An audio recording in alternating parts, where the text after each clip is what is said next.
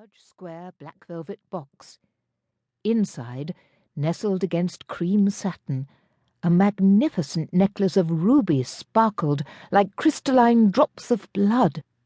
He set the necklace next to the long strands of black pearls, the diamond earrings, the many rings and bracelets and brooches and jewelled hair combs, beautiful, exquisite things, each and every one.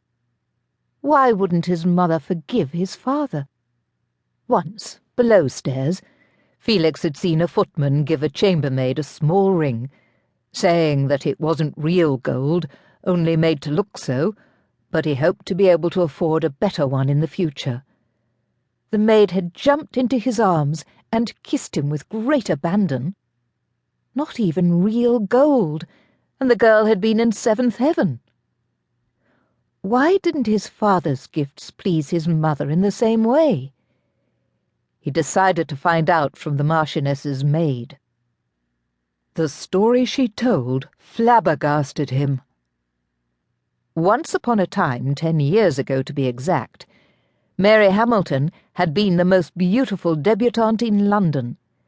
She had many admirers, Gilbert Rivendale, the Marquess of Wrenworth, among them. But she preferred another gentleman who, unfortunately, had not a sou to his name. The Marquess proposed, and was politely turned down. Undaunted, he went to Sir Nigel, Mary's father, and offered him an astonishing sum for his daughter's hand. Sir Nigel had a weakness for the gambling table. His gaming debts had pushed him to the brink of bankruptcy. The Marquess's offer was readily seized upon. Sir Nigel commanded Mary to marry according to his wishes. When she refused, she was locked in her room with no means of reaching her beloved. She capitulated after 4 months of house arrest, living on only water and bread. 2 months later, she became the Marchioness of Wrenworth. The marriage, however, was doomed from the start. She abhorred the Marquess passionately for his part in derailing her dreams.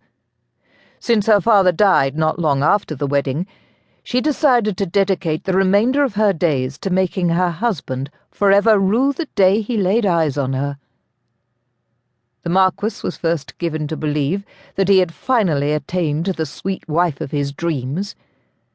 Then, bit by bit, she began to chip away at the happiness she had bestowed upon him, until, in a great strategic blow, she let slip that Felix might not be his. Felix did not run from the room, but it was only because he had become incapable of all movement. Jess Jenkins, the maid, had related the story as she cleaned the Marchioness's combs and brushes. When she was finished, she said, "Don't feel so bad about it, young master," and left to join the other upper servants for their own tea, served in the housekeeper's parlour. Felix, on the other hand, did not eat for the rest of the day. That night he woke up from a nightmare. In his dream, he was being sent away from home. He couldn't sleep again, even after he had made his way to the kitchen and wolfed down 2 stale scones for his gnawing tummy. The next day his nightmare was confirmed. His father spoke of sending him to a preparatory school, now that he was fully 8 years of age. Felix's stomach roiled with fear. He kept beseeching his mother with his eyes. She said nothing. He lived in a state of terror for the next month, checking his wardrobe twice a day to make sure his things hadn't been packed yet. But nothing happened. No more was ever said of boarding schools. His tutor, Mr. Lehigh, showed few signs of imminent departure, and at last Jess Jenkins told him that his mother had refused to let him go. He was incoherent with relief and gratitude. The bad dreams, however, did not cease.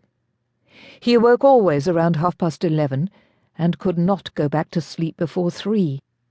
So instead of tossing and turning in his bed, after his midnight snack, he took to walking the grounds of Huntington and looking at the stars.